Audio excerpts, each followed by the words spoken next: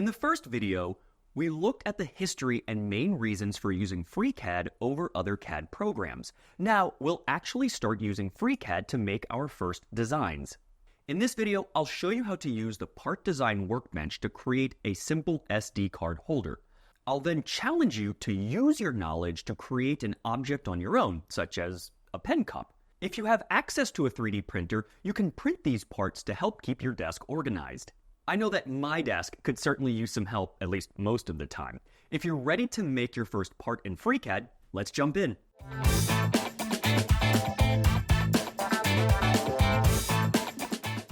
While there are a number of workbenches available in FreeCAD, we'll mostly focus on the Part Design Workbench, which means we'll be making lots of sketches and manipulating those sketches to create features. In later episodes, we'll explore more advanced features and workbenches, but this process of making features out of sketches is the basic workflow in part design. This will work well to make most basic objects. When designing a part, you often need to have it interface with other parts. This is where spec sheets or calipers come in handy. Specifications are a great starting place if they're available. SD cards are so ubiquitous that finding dimensions is not difficult. We can use these to design a basic holder. If you can't get the specifications, then you might have to take measurements yourself. I'll measure the length, width, and height of the SD card and write those down for later use. Open FreeCAD. As I mentioned in the first episode, I'll be showing the weekly build for version 0.22. If the full version comes out, that might be version 1.0, use that as well. Notice here that it is listed as version 1.0 release candidate 1. This is the welcome screen. It might be a little overwhelming, and that's okay. Just ignore all of these and stick to the defaults for now. Remember that a workbench is a collection of tools and functions. Part is the classic way to make objects by combining primitive shapes. Part design, on the other hand, is the newer method, and we use it to make parts by creating features out of sketches. Notice that the buttons and menu options change whenever I change the workbench. Go to File, New, and this will create a new document. You could also use this button right here. You can think of this document like a project. It holds our collection of objects, designs, and assemblies. Click the Create Body button. A body is a single contiguous shape defined by features and sketches that we will create here. You can't have separate objects in a body, but you can have multiple bodies in a document. So if I click this button again, you'll see another body show up here. Don't worry if this part is confusing right now. I'm just introducing the vocabulary as we go. My hope is that you'll get a sense for how all this works together after a few episodes. I can get rid of this body by right-clicking and saying delete or pressing the delete key. On the left side, you'll have a few panes. This top pane is known as the tree view. It shows you a hierarchy of documents, bodies, features, and so on. Think of it kind of like a file browser in your operating system or programming environment. Under that is the properties. If you click on the body that we created, you can see and modify its properties, like its absolute position in space, which we can view by clicking down these placement and position arrows. Under that is the tasks pane. FreeCAD will make suggestions about what it thinks you should do next here. Click away from the body and you will see it's no longer highlighted. However, if you double-click it, it will become the active body. So if I click away, it's now highlighted in light purple. You can also right-click it and say Active Body. An active body is the current body we're working on. Anything we do will be applied to that particular body. So I'm going to go ahead and right-click and say Active Body. So now that's the active body that I'm currently working on. If something doesn't seem to be working, such as creating a sketch or copying a feature, always make sure that you have the right body set as active. Click the Sketch button, which is right here. We could also go to Sketch and Create Sketch. I'm going to click Sketch here. You should see the axis planes appear in the viewer, and the Tasks pane will change, asking you to select an attachment. I'll make the Tasks pane larger by dragging the divide between it and the Properties pane. FreeCAD is asking us where it wants to place the sketch relative to the origin or some existing face, and how the sketch should be oriented in space. It ultimately doesn't matter which plane we start with, as we can rotate the body later before printing or milling. However, I like to design it like how I envision it ultimately working. So we'll extrude the main body of the SD card holder vertically, and that is in the Z-axis this way. Click the XY plane and click OK, and you'll notice that the XY plane here turns green, so I can also click it in the main viewer, and the camera will rotate. We're now creating a sketch directly on the XY plane in our body. You can see that here. This is the sketch we're currently working on. Notice that the workbench changed to Sketcher.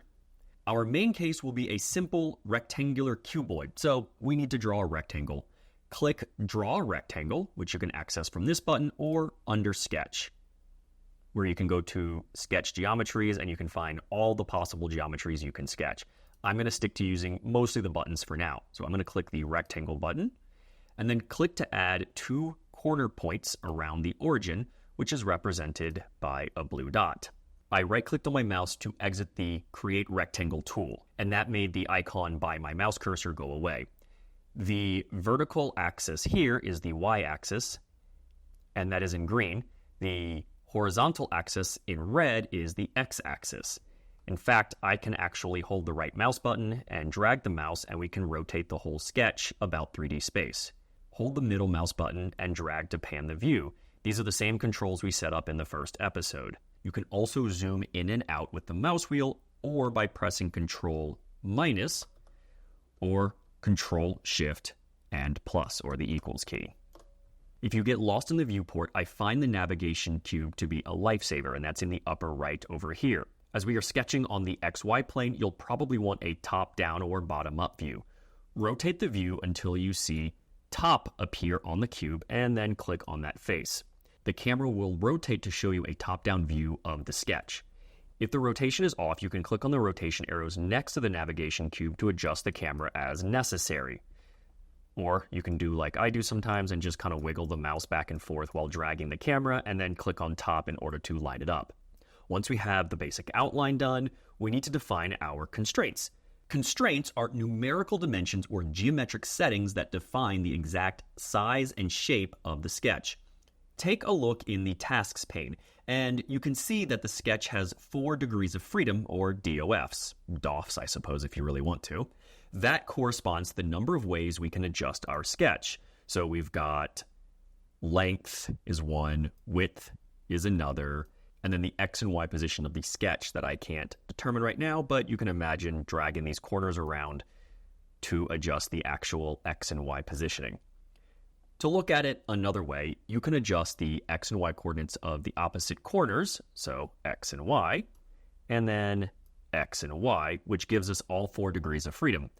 The goal in most sketches is to reduce the number of degrees of freedom to 0. At that point, you have a fully constrained sketch. Because we use the rectangle tool, there are already a number of constraints set for us, which you can see in the Tasks pane. The icon that looks like an X with a dot in the middle is the coincident constraint, which means that these points are always connected. If you click on that constraint, one of the corner points turns green. Press the Delete key, and the constraint is removed. Notice that we now have 6 degrees of freedom. Try to move that point, and the 2 lines are no longer connected. For our object, we want a fully connected and fully constrained sketch, so let's add that constraint back in. Hover over the Constrain Coincident button in the toolbar. This allows you to define a geometric constraint so that 2 points must be connected or a point must stay on a line. It also lets you define concentric constraints between circles and arcs. Click on that button to activate the tool. Click on the 2 points we want connected, so that would be this one, and they should snap together. The DOF counter also goes down to 0. Once again, I clicked the right mouse button to exit out of that tool mode. Now, we should define the absolute position of our sketch on the XY plane, so I'll zoom out so you can see it here.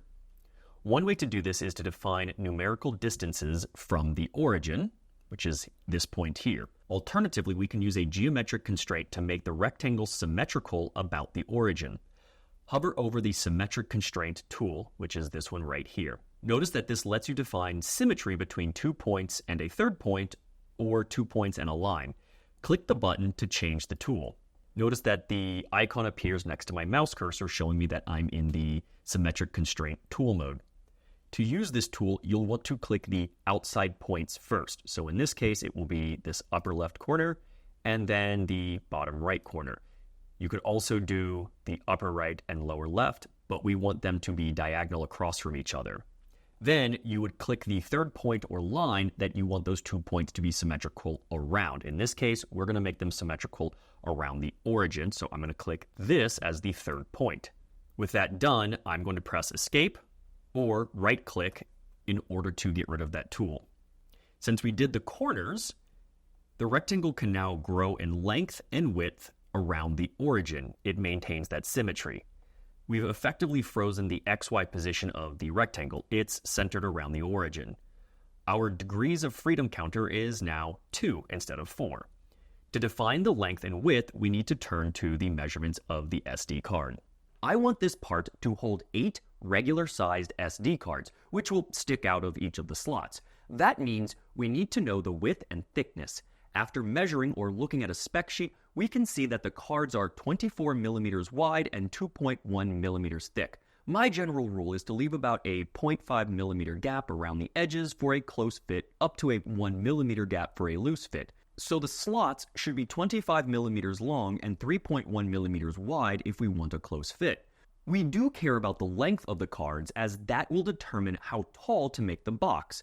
The cards are 32 millimeters long, so let's make the depth of the slots about half that. When 3D printing, a general rule I like to remember is that walls should be at least about 0.8 millimeters thick.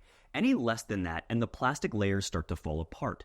For some structural rigidity, I like to make the walls about 2 millimeters thick. Let's have 8 slots with 2 millimeters between each one and a 2 millimeter wall around everything. From that, we can calculate the box dimensions to be 29 millimeters wide by 42.8 millimeters long. We'll also want to pad or extrude it to 18 millimeters, which is 2 millimeters more than the slot depth. Sometimes it can be difficult to find the final remaining unconstrained elements. We know that it's length and width in this case. Usually what I like to do is just grab elements and move them around and see if they will actually move. But if you still can't find them, you can go to Sketch, Sketch or Visual, and select under constrained elements.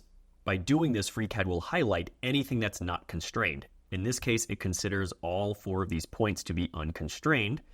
In reality, it's probably just one of these points that I can move in X and Y, and the other 4 follow it. But this command is very helpful in finding points or elements that are unconstrained. Click the drop-down button for the Dimension tool and select Constrain Distance, which is right here.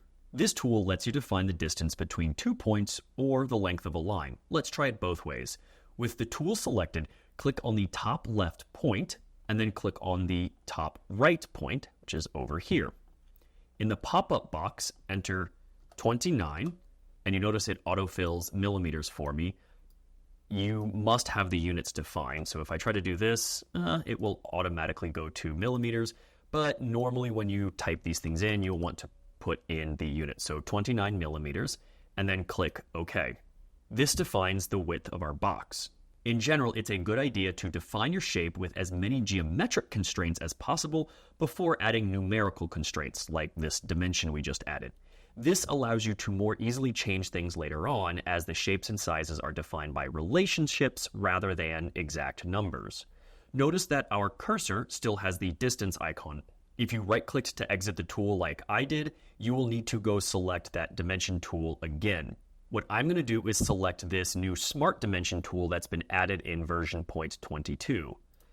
This will intelligently try to figure out what thing you're trying to create a dimension for. This could be things like horizontal or vertical distances, distances between points or length of a line, or things like radii or diameters. You could also do things like angles. So this tool is very handy. I'm going to click on that tool so you can see the icon below my mouse cursor. And then I'm going to click on this left line. And then by dragging the dimension out, I can place where I want this text. I'm going to click again to place this dimension.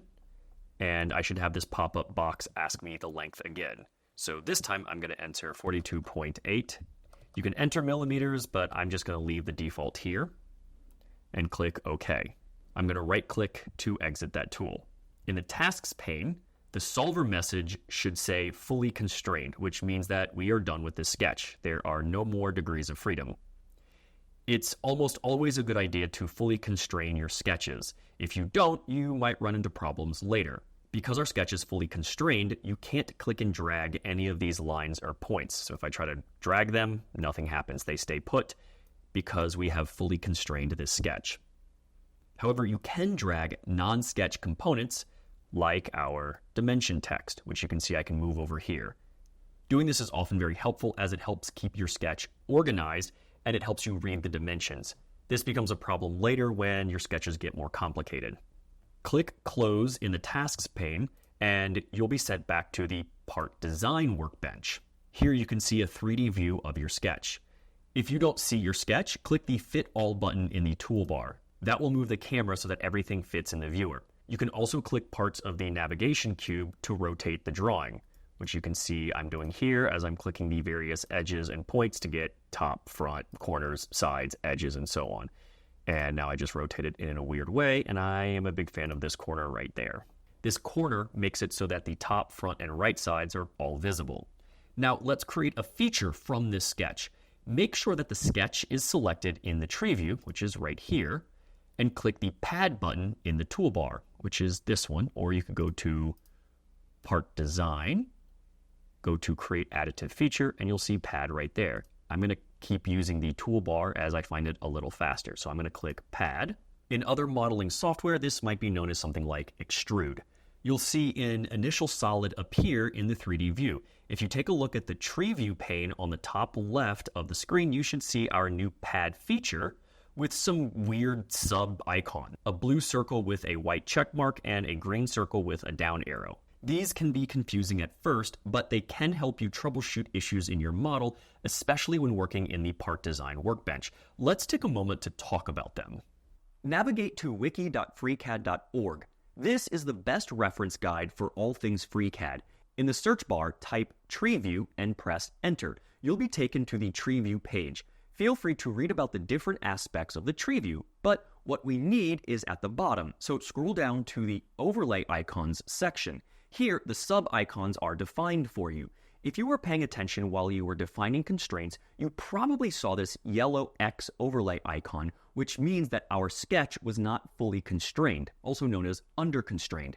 It disappears when the sketch is fully constrained.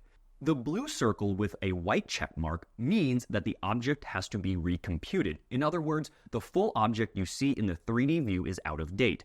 Clicking the refresh button or pressing F5 are the best ways to force a recompute. We'll also see that when we finish defining a pad feature, a recompute will automatically happen. The green circle with a white arrow indicates the tip of the body. Remember that a body is a single continuous solid in the Part Design workbench. It consists of a linear set of instructions to fully define the solid.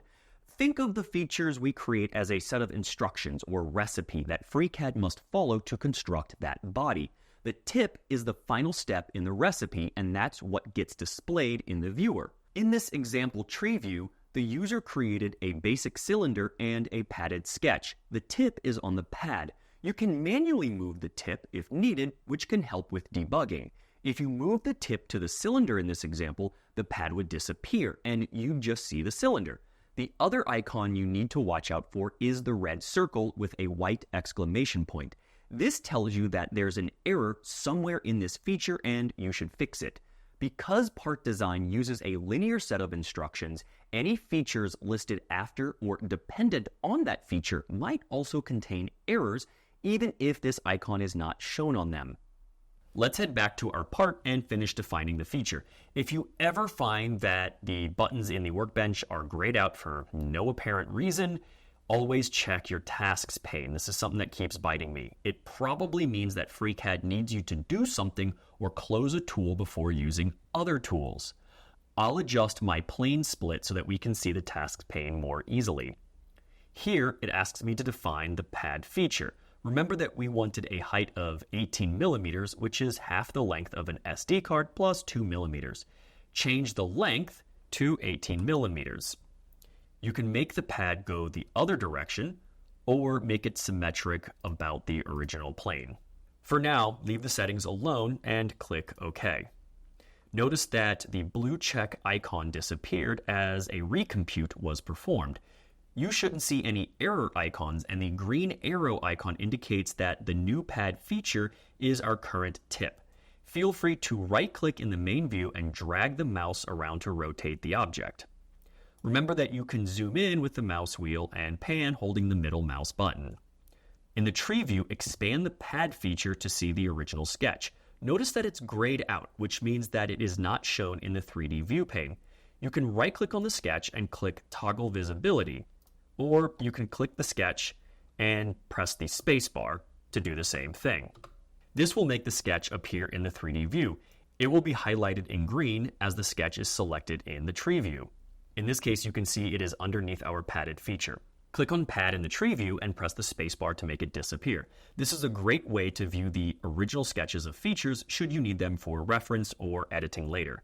Notice that the sketch is white when it's not selected. You can also control the visibility of the origin and associated planes by selecting each one and pressing the spacebar. So I'll highlight origin, I'll press the spacebar, and you can see the origin and planes about that. I'll go back and hide the planes by selecting origin and pressing spacebar. And we want to hide the original sketch and make the first pad we made reappear by clicking on each one and pressing the spacebar. Now let's create our SD card slots. Click on the top face of the pad we just created. Notice that I might have to click somewhere in the main view to deselect the pad. If it's selected here, you should also be able to click somewhere in the tree view, or I'll select the sketch here. As long as the feature is not selected, that's what we want. From there, we want to select a face, so just click that top face and it should be highlighted in that green color. Now we're going to click the Create Sketch button. Because we have that face selected, it should create it on this top face, but I have a task open and this failed. Do you want to close this dialog? I'm not going to close it right now, so let's take a look. It's asking me to either move the pad or sketch. I'm not sure which one came up. So I'm going to cancel this for now. We don't want to move anything. It looks like the sketch was created on that face. To redo that for you, I'm going to right-click on that sketch and select Delete. So now you can see what it should look like and how to deal with things that are open in the Tasks pane. I'm going to click on that face again, and then I'm going to click the Create Sketch button. You notice that the camera rotates, and it creates a new local axis or coordinate system around the top of the face, even if the original one is actually below it. So I'm going to turn off those origin planes, and we're going to work with our local coordinate systems that is on the top of this face. I'm going to click top on my navigation cube, and that rotates the camera, so now we get a clean, more or less two-dimensional view of what we're trying to create. If you click on Sketch 001, the thing we just created, and look in the Properties pane, which is here, so I'm going to move this down so we can see that Properties pane, you should see that the sketch is attached to face 6 of the original pad feature, which is right here. That's the attachment. You can click pad.face6 and click the 3 dots, which is right here, to open a pop-up. This lets you select a different attachment, plane, or face for that sketch. Let's leave it at face 6 for now, as that's where we want to put the slots. So I'll click Cancel. To make our sketch relative to other parts of the body, we need to bring in external geometry into this sketch. Click the Create External Geometry button in the toolbars, which is right here. Hover over the top line, and it should be highlighted yellow. Notice that we can do the face, nothing, maybe one of the points. We want this top line that's right here. Click on that line to bring it into the sketch as a reference line, which should be a pink dashed line. Do the same for the left vertical line. Right-click or press Escape to leave the External Geometry tool mode. Sometimes I like to hide other features so it doesn't clutter my sketch workspace. Feel free to click the pad in Tree View and press Space. That should hide the original pad feature. Draw 4 rectangles to define our SD card slots above the X-axis. So we're going to do it like this. Notice that I'm not caring about the exact dimensions, I'm just placing them in an area that I want them to be. Next, we're going to click the Constraint Equal button, which makes things like line distances and circle radii the same value. Click the top line of the top rectangle and then click the top line of the rectangle just under it. This ensures that the two lines are now equal, at least in length, not necessarily in their position. So when I move one, the other moves with it. Do the same for the top rectangle and the third rectangle. Since I accidentally exited out of the tool, I'm going to click on that tool again, and we're going to click on this top line followed by the top line of the third rectangle. Now, all three of these have the same length. We're going to repeat this process for the fourth one. So click on the top line of the top rectangle and the top line of the fourth. Now I'm going to right click to exit that tool, and I'm going to move this rectangle around, and you can see anytime I move the length or change the length, those rectangles all change to be the same length. Now we're going to repeat this process for the widths. So I'm going to click on that tool again. I'm going to click on this left vertical line, click on this left vertical line. Now the two rectangles are the same length and width. Let's repeat this. So click on that line, click on the third rectangle's width line, and then repeat for the fourth rectangle. I'm going to right click to exit that tool, and now all of the rectangles should be the exact same width and length regardless of their XY positions in space. Click the drop down for the constrain horizontal and vertical tool. Once again, this is a smart tool, but we can pick the exact tool we want by clicking this drop down button, and we are going to select constrain vertical. This allows us to select a line. For example, if we draw any line, we can use this tool to make that line exactly vertical, at least according to this XY coordinate system here. Or we can make 2 points vertical with each other. So I'm going to make the top left point of the first rectangle vertically aligned with the top left corner of the second rectangle, and those should line up. I'm going to repeat this with the first rectangle and the third one, and repeat one more time for the first one and the fourth one. Now, all these rectangles should line up in the vertical axis. Rather than manually defining the distance between each slot, we're going to create reference geometry lines and geometric constraints so that we only need to define the gap between the slots once. Before we do that, I'm going to move the width of these rectangles so that they're not overlapping each other. Then we want to click on the Toggle Construction Geometry button, which is this one right here. It looks like a white line with a dashed blue line next to it. That turns all of the shapes blue. White shapes are actual geometry that are used to create features. Blue shapes are construction geometry. Think of it like scaffolding. They allow us to define lines and other shapes that we can use as reference, but those don't get turned into features later when we exit this sketch. That being said, this construction geometry, the blue stuff, does count for your degrees of freedom, so be aware of that. Click the blue line button to activate the construction line tool, which is right here. We're going to click the bottom left corner of the top rectangle and the top left corner of the second rectangle in order to create a line between them. I'm going to right click to exit that tool and zoom in so you can see what I'm doing. The dashed blue line is the construction geometry. That does not get exported, but it does count towards our degrees of freedom. Since we connected those points, there's no extra degrees of freedom. Let's repeat this process for the next two gaps. So I'm going to click the line tool to activate it again. I'm going to click this point. Notice that the point turns yellow, and I have the coincident constraint icon, that X with the dot in the middle, appear next to my icon to show that these 2 points are going to be connected. So I'll click that, and now that point's connected, and then I'm going to click below it. You see the coincident constraint. You also see the little vertical line appear next to my mouse cursor, showing that that line is going to automatically become vertically constrained.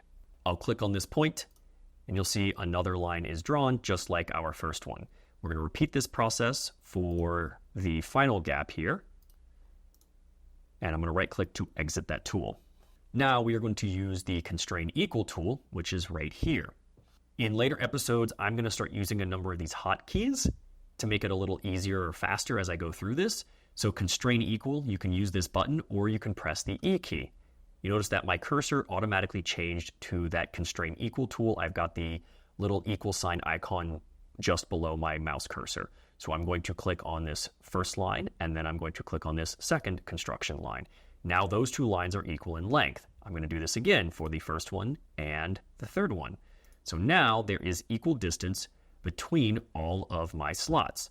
So I can make that distance smaller, but the distance of all of them must be the same.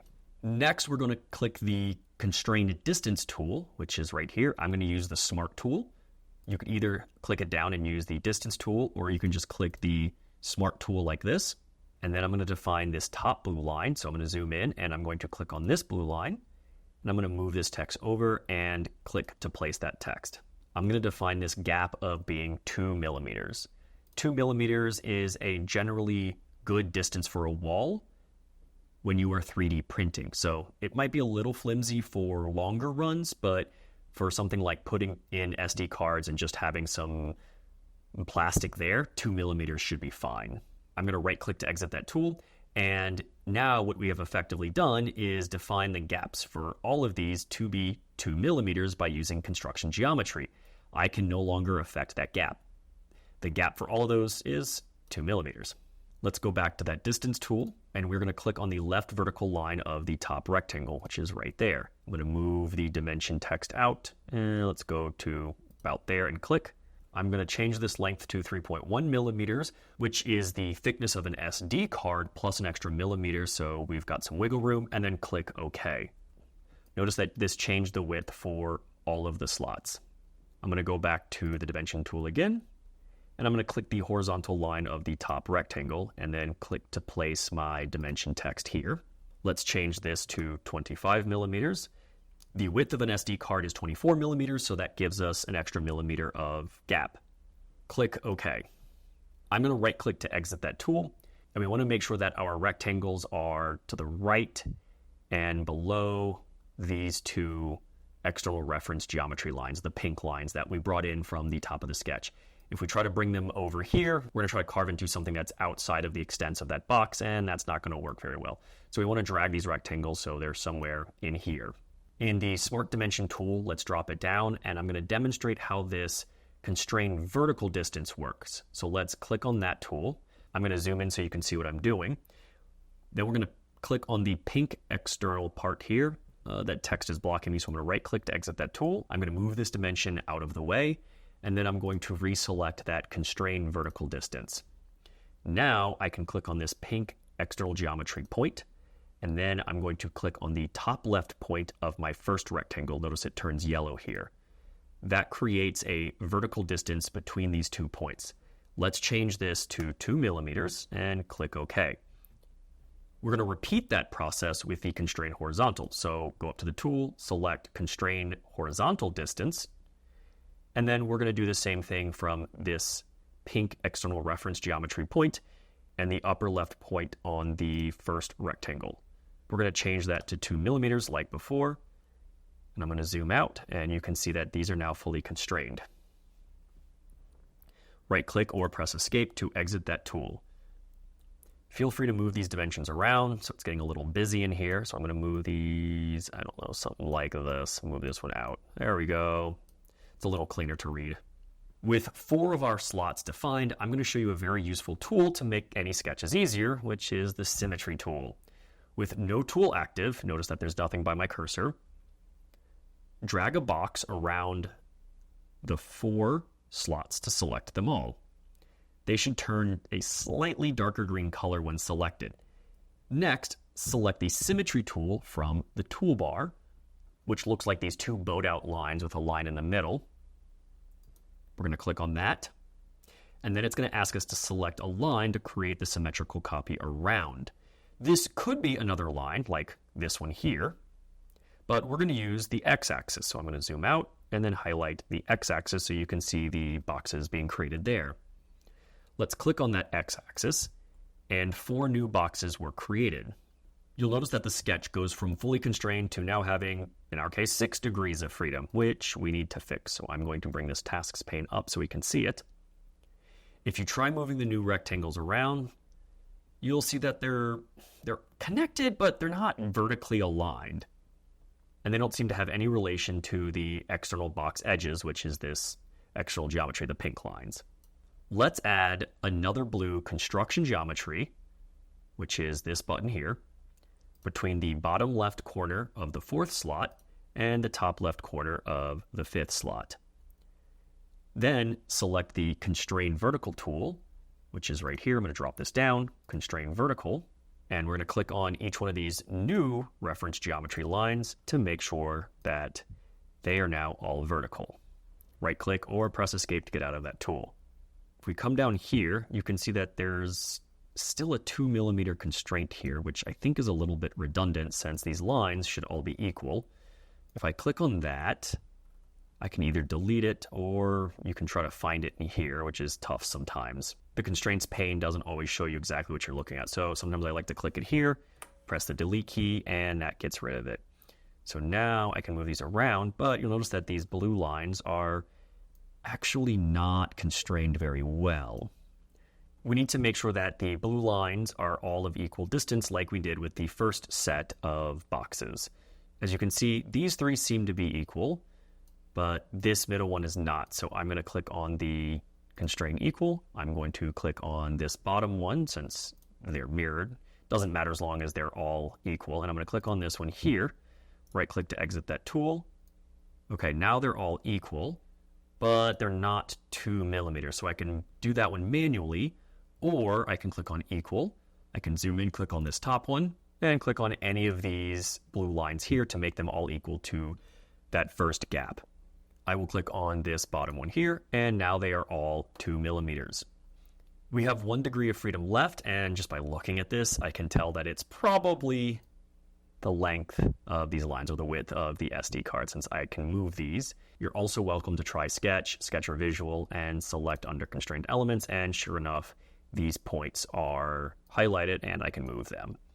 So what I'm going to do here is either click the constraint equal or press the E key to constrain equal, select this top line, select the top line of the 5th slot, and that should fully constrain my sketch. Sure enough, the solver says it's fully constrained. I'm going to right click to exit that tool. There's one minor issue here, and that is even though I defined the width of this slot here to be 3.1 millimeters, that dimension came over when I mirrored those slots, and we want these to be mostly parametric instead of relying on manual dimensions like this. So I'm going to delete that, and you notice that I can change these widths now. So to fix that, I'm going to constrain equal, press the E key if you'd like, click on this top width here, and then let's click on this bottom width here. Boom, that sets them to be all of equal width. And now we have a limited number of dimensions that are defined by the shape and size of our SD card, and all of these slots are derived from those dimensions. Since we are done, let's click close in the tasks pane to get out of that sketch. Make sure that sketch 001 is highlighted, click it if it's not, and then click the pocket button, which is over here. You can also find that in part design. That's a subtractive feature, so that's pocket. I'm going to click this one here. That's going to bring up a task in our tasks pane, and you should get a preview of the slots in the 3D view. Feel free to rotate it around so you can see how deep those slots go. Those are not very deep. In the tasks pane, if you select through all for type, that cuts it through everything you've defined up to that point in our body here. So that's just going to cut slots all the way through, which is not what we want since the SD cards would just fall straight through. Go back to dimension for our type, and let's change this length to 16, since that's half the length of a regular SD card. You can press tab or click out of that, and that should update our view, which you can see the slots are much deeper now, but don't go all the way through our box. Click OK to set that feature, and now we have pockets or cutouts within our box. In our tree view, the pocket feature should be visible with a green arrow indicating that it's the current tip of the body, which is how FreeCAD computes sequentially, starting from the origin of this body and going through each of these features. If you right-click on Pad and select Set Tip, you should see how we went back a feature. It's kind of like reversing time through these chronological features, and we don't have the slots any longer in our box. Right-click on Pocket and select Set Tip to revert back to our finished holder. I use this Set Tip feature quite a bit when I need to troubleshoot an error that's shown up in a previous step. So I can click on Set Tip, repair that error, and go down the road until I get to the bottom of the features for that particular body. that is a very useful troubleshooting tip or debugging tool for when we are working with part design. Click File, Save As, and give your project a name, like SD card holder. Now we will want to export this as an STL file for 3D printing. If you select File, Export, this might pop up asking you to save. But if we select Body and make it the not active body, let's try that again. Export. It's going to give us a pop-up that says, select the object you want to export. When you see this, it means you do not have a body selected that you want to export. This must be a contiguous body to show up as an STL, at least from what I've seen in FreeCAD. So select body. If I do that without making it the active body, let's see what happens. Yes, as long as I select it, I can export it, even if it's not the current active body. Feel free to give this any kind of name you'd like, but I usually keep it the same since it's the body and the file or project name. Click Save, and now we have an STL file that we can 3D print with. Feel free to close out of FreeCAD when you are done. If you watched my series on 3D printing, you should be familiar with the process of loading an STL file into your slicer program and starting a print job. I won't bore you with the specifics here, but check out that series if you need help configuring your slicer for your printer.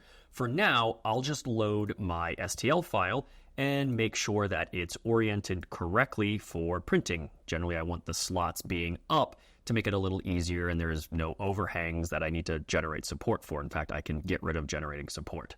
Assuming that all my settings are correct, I will click Slice and take a note of the printing time, which is almost 2 hours in my case. If it's too much time or too much material for your liking, feel free to go back to FreeCAD and tweak the design to use less material, or maybe make the holder a bit shorter. Then I'll click Save to Disk. This will save the G-code file to my computer, and I will transfer it to my printer. I'll then let the printer do its thing to create my design. This might take a few hours, so be patient. When it's done, I should have my object in hand, and in this case, ready to keep my SD cards organized. To practice these skills, I want to challenge you to create another simple organizer. For example, make a pen cup to hold your pens, pencils, scissors, and other such office supplies. Note that you will likely need to use circles or arcs in your sketches. Take a screenshot of your CAD model or a photo of your actual object if you 3D print it. Share it on X, Instagram, or LinkedIn with the hashtag DKFreeCAD. Also, feel free to tag DigiKey so we can check out your work, like it, and share it with the world.